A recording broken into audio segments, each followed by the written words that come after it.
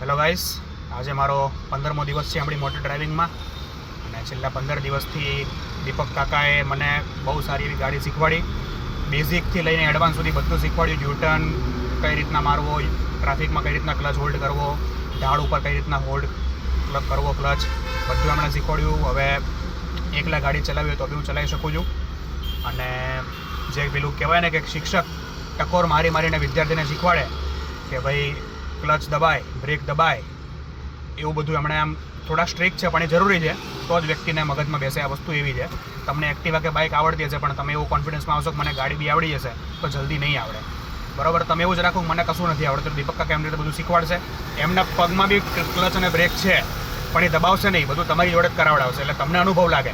હા, ક્યારેક ઇમરજન્સી એવું આવી જાય તો દબાવશે, બાકી બીજા લોકોની જેમ પોતે એના ઉપર પગ નહીં રાખે કે ભાઈ અત્યારે હું દબાવી દઉં એટલે આને એમ લાગે કે મને આવડે છે. ના, એ બધું તમારે પાસે જ કરાવડાવશે. ક્લચ છૂટી જાય કાંઈ વાંધો નહીં, ફરીવાર ગાડી ચલાવડાવીને વળી પાછા તમને શીખવાડશે.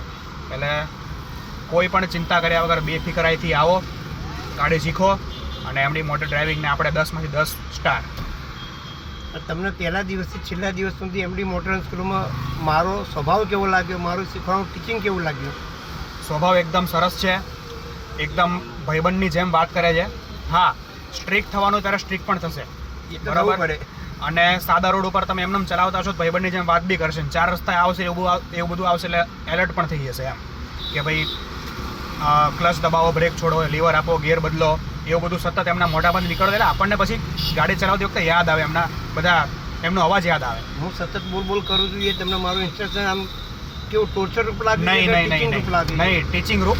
ઇરિટેટિંગ તમને જરાય નહીં લાગે, બરાબર, કે ભાઈ આ કાકા તો કેવું બોલ કરે એવું તમને જરાય નહીં લાગે. કેમ કે ગાડી વસ્તુ એવી છે કે ભાઈ તમે આ તો અત્યારે ચલો કાકા બાજુમાં બેઠેલા, આપણે એમને ચલાવી શકીએ. તમે ક્યારેક હવે એકલા લઈને નીકળો તમારા ફેમિલી જોડે તો તમારા બાજુમાં કોઈ તમને કહેવાવાળું નહીં હોય.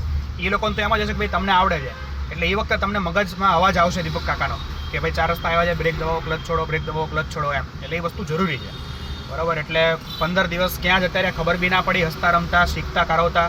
એટલે હવે હું મારી ઘરની ગાડી ચલાવી શકું એ રીતની પોઝિશન થઈ ગઈ મારી. મારામાં કોઈ પરિવર્તન લાવવાની જરૂર ખરું? ના, તમે જેવા છો એને બરોબર છો, બરાબર. Thank you so much.